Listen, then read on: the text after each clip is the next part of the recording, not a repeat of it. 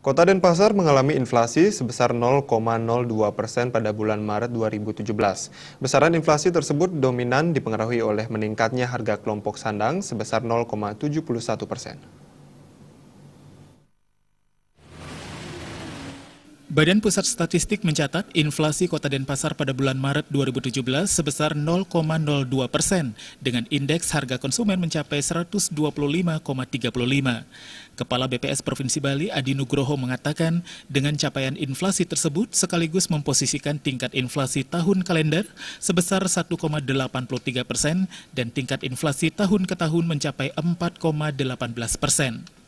Selain meningkatnya harga kelompok sandang, inflasi juga ditopang oleh naiknya indeks pada kelompok perumahan, air, listrik, gas, dan bahan bakar, kelompok kesehatan, kelompok transport, komunikasi, dan jasa keuangan, kelompok makanan jadi, minuman, rokok, dan tembakau, serta kelompok pendidikan, rekreasi, dan olahraga. Hanya kelompok bahan makanan yang mengalami deflasi atau penurunan indeks sebesar 0,97%. Kalau dihitung 12 bulan ke belakang, Maret 2016 sampai dengan Maret 2017, maka inflasi Denpasar tercatat 4,18%.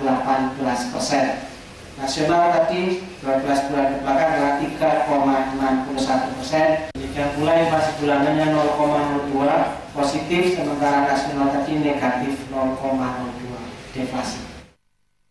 Komoditas yang memberikan andil inflasi diantaranya tarif angkutan udara, bensin non-subsidi, tarif listrik, dan bawang merah. Sedangkan komoditas yang mengalami penurunan harga diantaranya cabai rawit, cabai merah, daging ayam ras, beras, dan jeruk. Jika diurutkan dari inflasi tertinggi secara nasional, Kota Denpasar menempati urutan ke-30 dari 33 kota yang mengalami inflasi. Darmawan, Bali TV.